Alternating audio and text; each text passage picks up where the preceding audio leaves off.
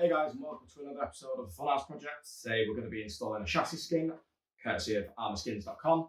Adam has helped us design a custom one-off skin. It's my own personal taste. We won't be to everybody's, but I thought it was quite amusing. So we've gone for a Buzz Lightyear, not a flying toy chassis skin. I don't know if you can see that properly, but it's come out really well. Really impressed with Adam's service, and I totally use them again. Don't forget there's going to be a Black Friday sale coming up for arrmaskinz.com, so get there on Black Friday, get in there first and get your skins ordered. So guys, this is where we're going to be starting to install our armor skin on the bottom of our Kraton 6S. As you see there, Adam's included some really brief instructions. Included in the kit is obviously your chassis skin, and you also get a couple of alcohol wipes. So not everybody's going to have the same process for doing this. In terms of dismantling, some people don't have the skip plates and front bumpers, so you can just go ahead and skip ahead a few seconds if you don't have these. But we're going to go ahead and remove these and get the chassis cleaned up with some soapy water, as it says in the instructions. So here we go.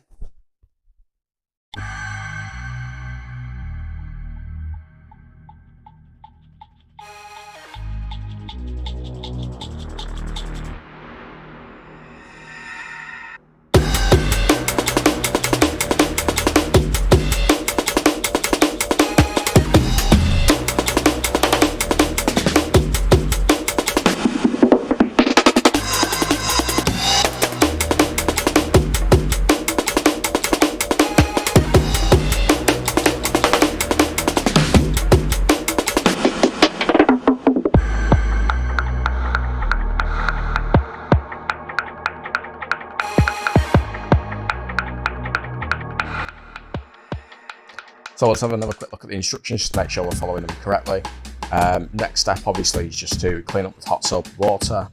I just use the scouring side of the pad. If your chassis is in immaculate condition, you might just want to use the less coarse side. I just use that because it just gets everything off really easily, and any dead flecks of anodizing that are on there will also come off if you use the scouring side.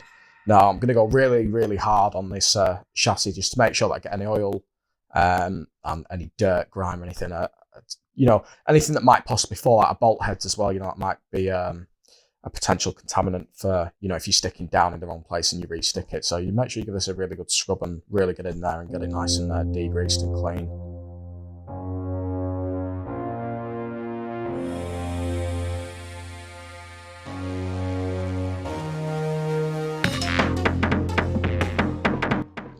Now I'm just drying off any additional residue of the water with a clean tea towel. You don't have to do this. I'm going to use a hairdryer anyway, but it was literally just to speed the process up for the video. Just make sure you use something clean that's not got any old oil or anything on it.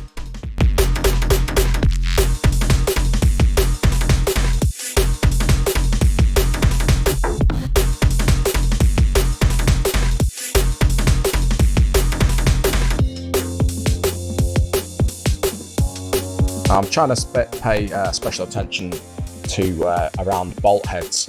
It might not seem like it because obviously they're countersunk and also machine heads, so they tend to sit in quite well.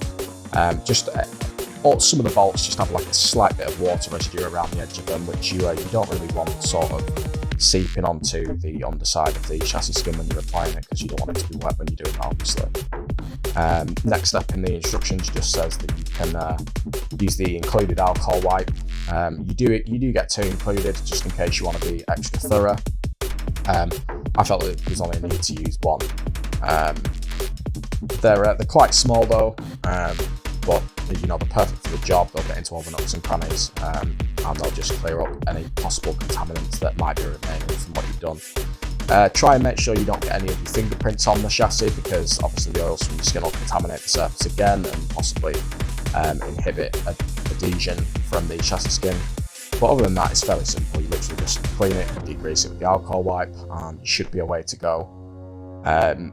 You'll see in a second when we go to actually apply the chassis skin that Adam's done a really good job measuring up the chassis.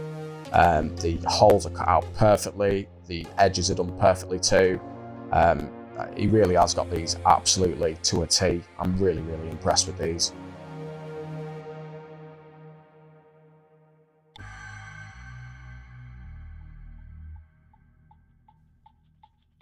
Now, obviously, the alcohol wipes they'll evaporate naturally in the air, and you probably should be encouraged to do that anyway. I'm just at this point using the hairdryer again just to heat the chassis up a little bit. Now, you don't want to go mental with this. It's just like it just helps adhesion for the chassis skin itself. And once you've actually applied the skin, you can probably just heat it up a little bit more just to sort of get the adhesive just to stick that little bit harder, and obviously it'll apply a little bit more evenly. The quality of the adhesion that he's put onto the bottom of this anyway is really good, so it's not too bad.